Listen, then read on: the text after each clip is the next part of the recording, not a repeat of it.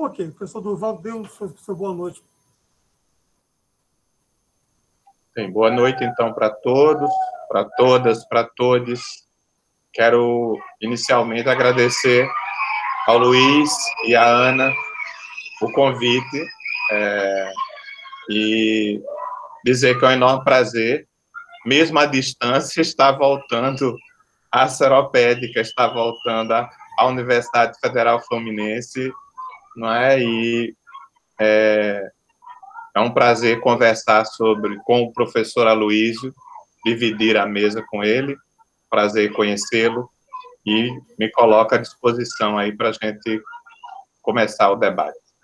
Beleza, olha só uma apresentação do professor Durval Muniz de Albuquerque Júnior.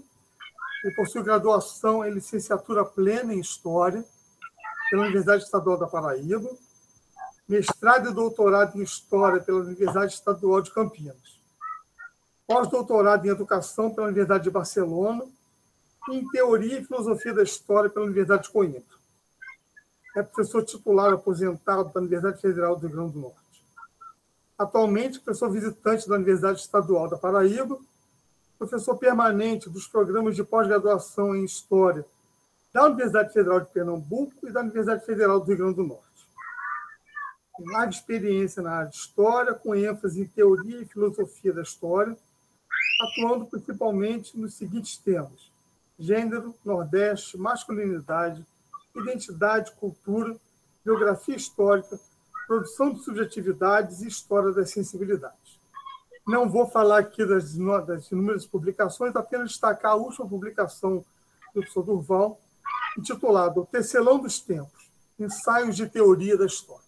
Durval, muito obrigado. Passo então a palavra para você. Obrigado. Quando a gente vai tratar, né, de crise política ou de crise, normalmente a gente tende a fazer um diagnóstico do presente, um diagnóstico do momento onde pretensamente a crise se localiza. Mas como historiador eu sei que não há nenhum tempo histórico e não há nenhum acontecimento histórico que não remeta a temporalidades várias. Né? Nós temos elementos nessa crise que são de longa duração, né? Que estão presentes na sociedade brasileira há muito tempo.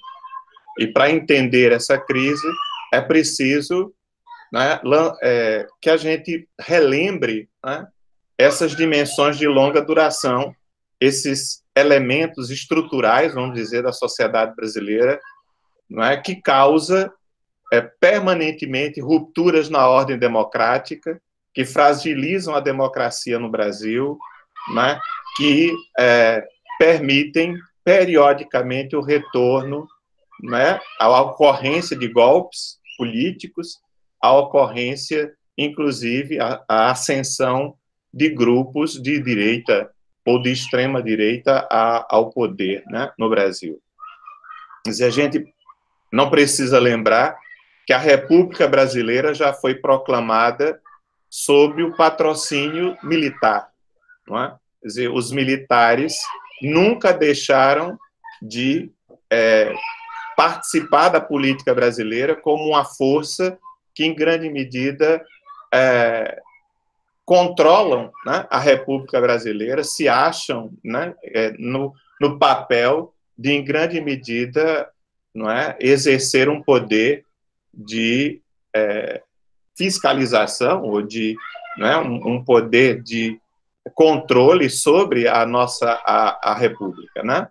Quer dizer, os militares, em vários momentos, interviram na vida política brasileira. Eles jamais se subordinaram ao poder civil. Não é?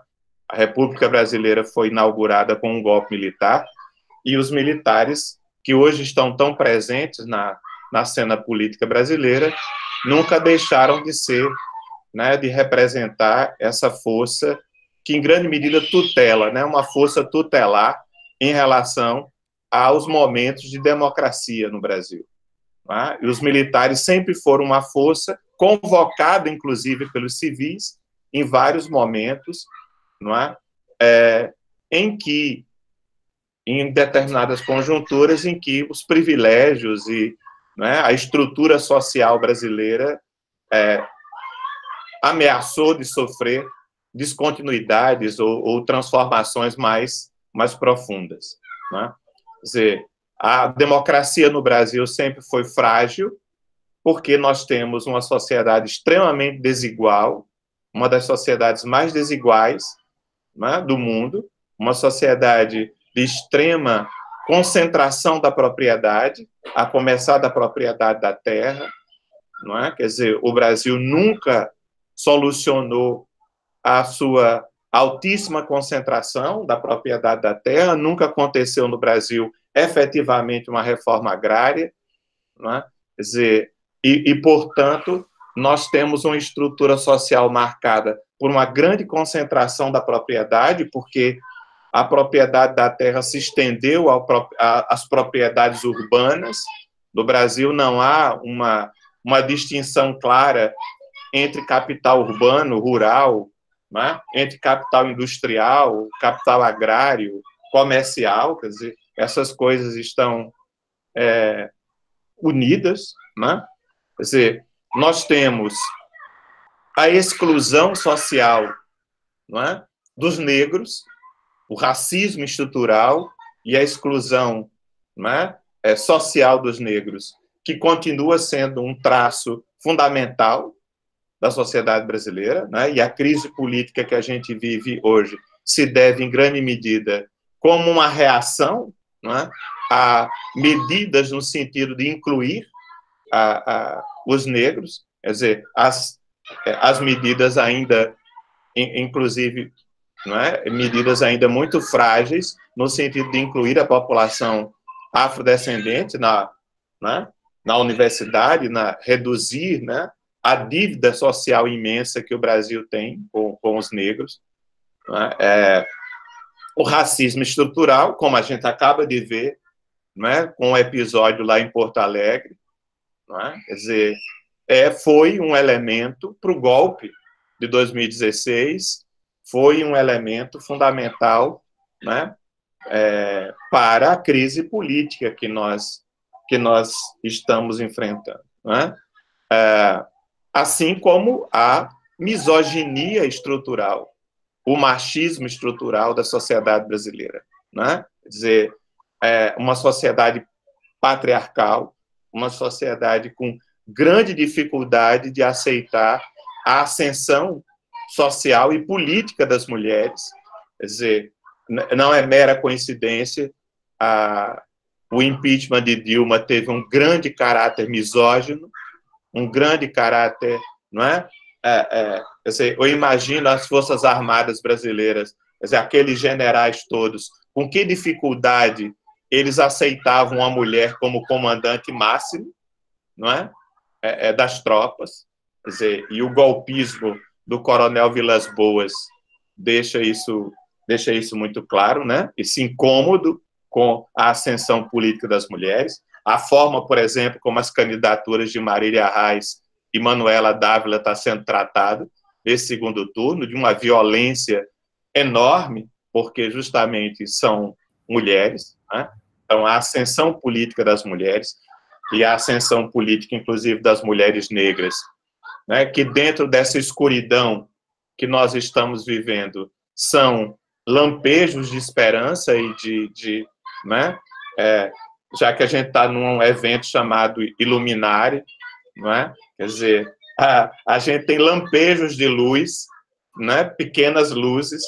Né? Eu lembro aqui de um lindo texto do George de Huberman chamado Sobrevivência dos Vagalumes, né? Quer dizer, onde justamente ele discute que, durante muito tempo, né, as esquerdas ficaram muito preocupadas olhando para o horizonte, para o nascer do dia no horizonte, e esqueciam de olhar as pequenas luzes de esperança que estavam no seu rosto, no dia a dia. Né? Então, a gente tem que olhar, para não desesperar, a gente tem que olhar para esses fachos de luz que, né, estão emergindo aí no meio à escuridão. A gente tem que lembrar também, né, que a extrema-direita no Brasil não é uma novidade de agora. Não é? Quer dizer, não é mera coincidência que as cidades que foram, onde as elites foram simpatizantes do nazifascismo nos anos 30 e 40, cidades, partes do Brasil, onde o integralismo teve uma grande implantação, votaram majoritariamente em 2018 em Bolsonaro. Não é mera coincidência. Quer dizer, não é mera coincidência que cidades catarinenses, cidades paranaenses, onde o nazifascismo, onde houve, inclusive, agrupamentos nazifascistas, a atual governadora do Paraná não renega o nazismo porque o seu pai foi um nazista, foi assumidamente um partidário do nazismo. E ela diz que renegar o nazismo é renegar a memória de seu pai. E ela é a governadora do estado de Santa Catarina, depois do impeachment do governador Bombeiro, que foi eleito lá, na esteira, evidentemente, do fenômeno Bolsonaro. Então, quer dizer, a PFP é uma instituição que atravessa a história brasileira, e que está presente na história brasileira, e, portanto, também não é uma novidade, a presença da extrema-direita no Brasil. Quer dizer, o que é a novidade é a sua mobilização, a sua aparição em público, que em grande medida as redes sociais potencializou. Essas pessoas se encontraram, essas pessoas, quer dizer, as redes sociais tiveram um papel em tudo isso, porque essas pessoas descobriram que elas não eram as únicas que pensavam assim, os racistas descobriram que tinham muitos mais racistas no país, os misóginos, os homofóbicos, os conservadores, os fascistas, descobriram os seus semelhantes espalhados pelo todo o território nacional, inclusive internacionalmente, já que a crise que nós estamos vivendo não é meramente nacional. Quer dizer, e tem a ver, evidentemente, com a própria crise das esquerdas, uma crise que vem de todo o declínio do chamado socialismo real, a queda do Muro de Berlim, todas as mudanças políticas no leste europeu, quer dizer, e essa incapacidade, em grande medida, da esquerda de formular novas utopias. Quer dizer, em grande medida, nós estamos vivendo a um momento, como diz o historiador francês François Hartog, um momento caracterizado pelo presentismo, por uma espécie de prisão no tempo presente, em que, ao mesmo tempo que a gente tem um certo desprezo pelo passado, um certo descaso pelo passado, em que achamos que a novidade, a modernidade, a contemporaneidade pode se desligar completamente de uma relação com a memória, com o passado, com a história. Quer dizer, há também uma falta de perspectiva de futuro, há uma falta de projetos de futuro. Quer dizer, em grande medida, há uma fragilidade utópica no nosso presente, de horizontes utópicos. Quer dizer, justamente porque aquele grande horizonte utópico ruiu e nós não somos capazes, ou ainda não fomos, de elaborar novos horizontes utópicos, nem que sejam menores, mais modestos, sem aquela pretensão da perfeição, da escatologia, da teleologia, do encontro de um mundo de plena luz, de plena claridade, de plena liberdade, de plena igualdade, Quer dizer, mas nós temos que formular imagens, imagens de futuro. Nós temos que criar espaços de imagens de futuro, sob pena da gente permanecer na escuridão, se você não for capaz de, em meio a isso, elaborar imagens possíveis de futuro. Quer dizer, a política, em grande medida, ela é movida pelo imaginário, ela é movida pela dimensão imaginária, pela capacidade de imaginar novos mundos, de imaginar novas realidades, não é? De criar esperança. Né? Quer dizer, como é que você pode esperar se você não tem esperança? Né? Quer dizer, o Ernest Bloch, né, escreveu uma trilogia chamada Princípio e Esperança, onde ele faz um levantamento de todos os pensamentos utópicos, historicamente, né, e onde ele defende essa necessidade da gente ter uma perspectiva de futuro, né? Quer dizer, a gente, para não vivermos aprisionados no presente, né? Emparedados em grande medida no presente, tendo uma relação, portanto, pragmática, simplesmente com a política, né? Uma política que torna-se pragmática, não é? Quer dizer, nós tivemos outros acontecimentos que explicam, né, o momento político em que nós estamos vivendo. A perseguição à igreja, né, a teologia da libertação, quer dizer, feita pelos 2 últimos papas católicos, que fragilizou, né, a formação política no Brasil, a formação de base política, ajudada pela própria ascensão do PT ao Estado, né, e a ideia que, uma vez no Estado, né, não precisava fazer o trabalho mais, ou abandonou, em grande medida, o trabalho de formação de base, se aproximando, inclusive, né, para manter-se no poder, né, de forças como as forças evangélicas, pentecostais e neopentecostais. Não é? Quer dizer, um outro elemento de longa duração no Brasil são os pactos pelo alto, são, né, as transições políticas no Brasil, que quase sempre se dá por pactos por cima, né, que não são verdadeiras transições, que não são verdadeiras mudanças profundas. Né? Mesmo a ascensão de Lula, sendo eleito, né, foi feito em grande medida com um pacto, onde muita coisa foi preservada. Né? Quer dizer, a política brasileira, que é uma política, não é, caracterizada, por exemplo, pela presença do familismo, pela presença ainda, não é, as famílias têm um papel, né, o sangue tem um papel fundamental, né? Nós não somos uma sociedade propriamente moderna, no sentido de que o sangue, não é, a hereditariedade, a família exerce um papel não só na economia, porque, inclusive, nós temos empresas familiares, grandes empresas familiares, inclusive as empresas de comunicação, mas na política, não é? Quer dizer, a lógica familiar, né, que é a lógica, né, paternalista, que é a lógica das alianças pelo alto, em grande medida ela continua presente na política brasileira, não é? Quer dizer, e mesmo a ascensão do PT ao poder não quebrou com isso, muito pelo contrário, se aliou, fortaleceu essas famílias, né? Algumas delas participaram diretamente da gestão do Estado, não é? Então, famílias que, evidentemente, posteriormente apunhalaram o próprio PT no processo de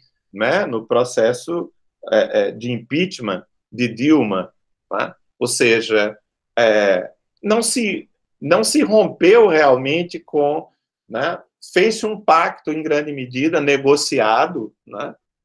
Eu acho que, por exemplo, o Conselho Econômico Social criado por Lula mostrava muito bem isso, né? Um grande conselho formado, né, por patrões e empregados, por políticos tradicionais, né, sindicalistas, quer dizer, havia ali né, a própria composição dos ministérios, a criação dos ministérios, quer dizer, você cria o Ministério do Desenvolvimento Agrário, mas você mantém o Ministério da Agricultura, o Ministério da Agricultura dominado pelo agronegócio, aí você cria para a pequena propriedade o Ministério do Desenvolvimento Agrário. Então, era toda uma lógica de pacto, né, da celebração de um pacto entre forças contraditórias que se sustentou enquanto interessou a essas forças manterem, e que, né, desabou quando elas não mais quiseram, né, a manutenção disso. Claro, até porque,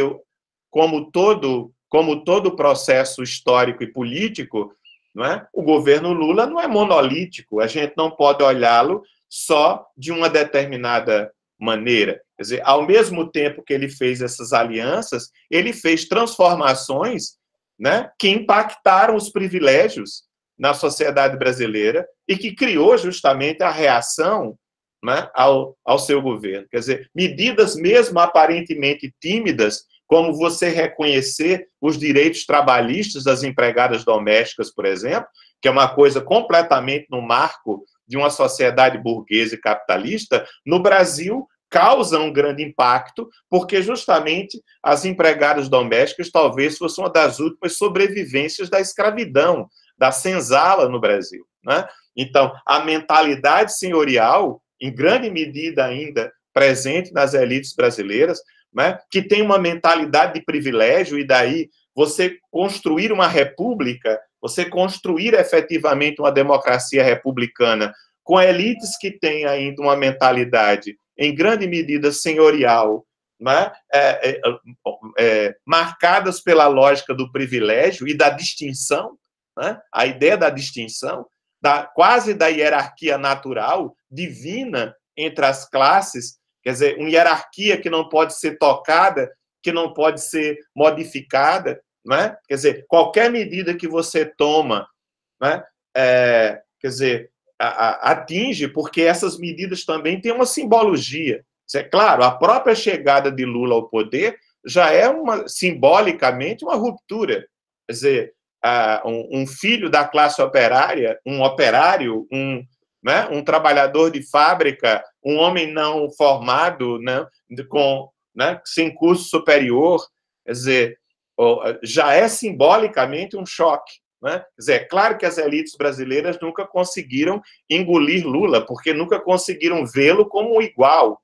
Quer dizer, o veto a ele é muito claro, continua muito claro a ideia de que é possível negociar alguma saída para Bolsonaro, para o desastre que é Bolsonaro, mas sem ele. Quer dizer, é muito claro ainda o veto a ele, né? Justamente, né? Não que ele tenha sido feito nenhuma gestão revolucionária, né? Mas ele fez uma gestão simbólica, com várias ações simbólicas no sentido, né, da mudança na sociedade brasileira. Né? Quer dizer, ele implementou coisas que a longo prazo terão impacto na sociedade brasileira. Quer dizer, os negros que entraram na universidade, né? Quer dizer, as pessoas pobres que se formaram na universidade, quer dizer, isso é uma coisa que vai transformar a sociedade, né? Aquilo que eu dizia, essas pequenas luzes, essas pequenas transformações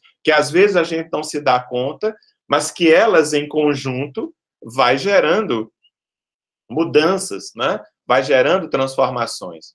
Então, assim, o governo Lula teve gestos na política internacional, teve gestos, não é? Internamente, né? Que causaram, evidentemente, o desagrado, né, de elites que, em grande medida, se acham, né, donas do país, né? Quer dizer, que não querem ver tocados justamente, né, esses seus privilégios. Né? Quer dizer, nós temos agora na presidência da República alguém que nega, né, descaradamente o racismo, que nega, não é, a misoginia. Quer dizer, nós temos um presidente da República, em grande medida, está desmontando, né, as instituições. Quer dizer, cuja política é de destruição, em grande medida, das instituições. Não é? Quer dizer, não só da democracia, né? Quer dizer, mas você mina a democracia à medida que você mina as instituições. Quer dizer, que você vai destruindo as instituições.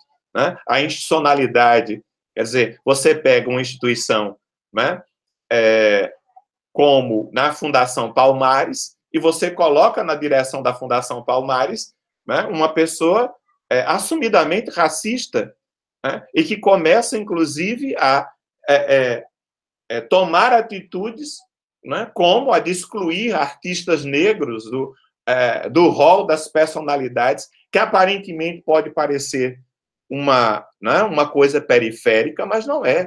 Quer dizer, a história se faz, né, de gestos simbólicos, se faz de ações no campo simbólico. A política é fundamentalmente simbologia, né, é imaginário, né, é construção de narrativas.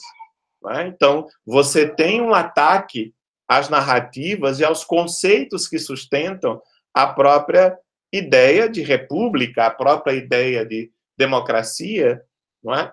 Quer dizer, então nós temos uma profunda crise política, não é?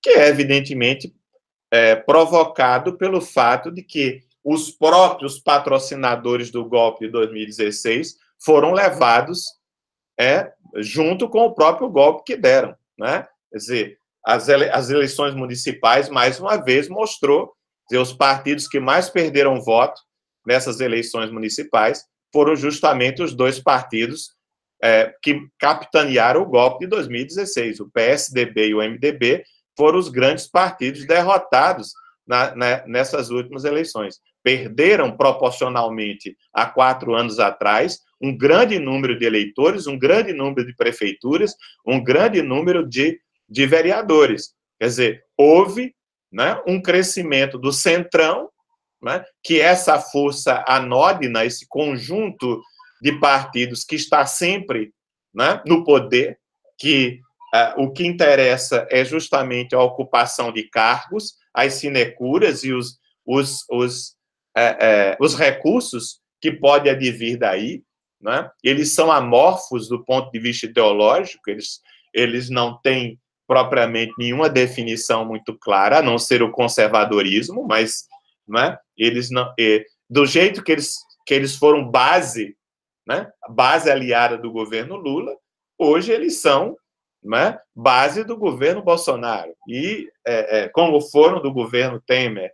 Não é? Quer dizer, é um conjunto de forças que foram muito fortalecidas nessas eleições, né? Numericamente, as esquerdas mantiveram proporcionalmente a mesma percentagem dos votos, em torno de 10%, 12%, embora tenham perdido número de prefeituras e perdido, né, número de vereadores, principalmente por causa da queda do PCdoB, né? O PCdoB sofreu uma queda enorme de votação nessas eleições, de presença nacional, né? Mesmo no Maranhão, onde o governador Flávio Dino tem uma aprovação alta, né? O Flávio Dino quase não conseguiu que nenhum candidato seu fosse eleito prefeito, né? Inclusive em São Luís, no Maranhão, né? Tá um segundo turno entre candidatos que não são, né, apoiados por ele, ou seja, houve realmente uma... E o PSDB e o MDB foram, e vamos dizer, os partidos bolsonaristas, né, de alguma forma cresceu, né? Houve um crescimento da votação dos partidos que giram aí em torno do bolsonarismo. Embora, evidentemente, a gente sabe que eleição municipal e eleição nacional, elas nunca têm, né, uma relação muito, muito direta. Não é? Então, assim, acho que, para a gente analisar a crise política que nós estamos vivendo, nós temos que levar em conta, não é, processos de longa duração. A democracia no Brasil sempre foi frágil, não é? Quer dizer, os interregnos democráticos no Brasil foram sempre sucedidos por golpes, ditaduras, não é? Quer dizer, não é uma novidade, né, na sociedade brasileira. Né? Mesmo o fato, por exemplo, da imprensa estar do lado do golpe é uma coisa de longa duração. Não é? Quer dizer, esses grupos de mídia brasileiro, alguns deles que vêm do século passado, né, foram golpistas ao longo de todo o período, republicano, não é nenhuma novidade, né? O Estadão esteve envolvido diretamente no golpe de 64, como a Folha, como o Globo, não é? Quer dizer, não há nenhum espanto, né, da participação deles, não é?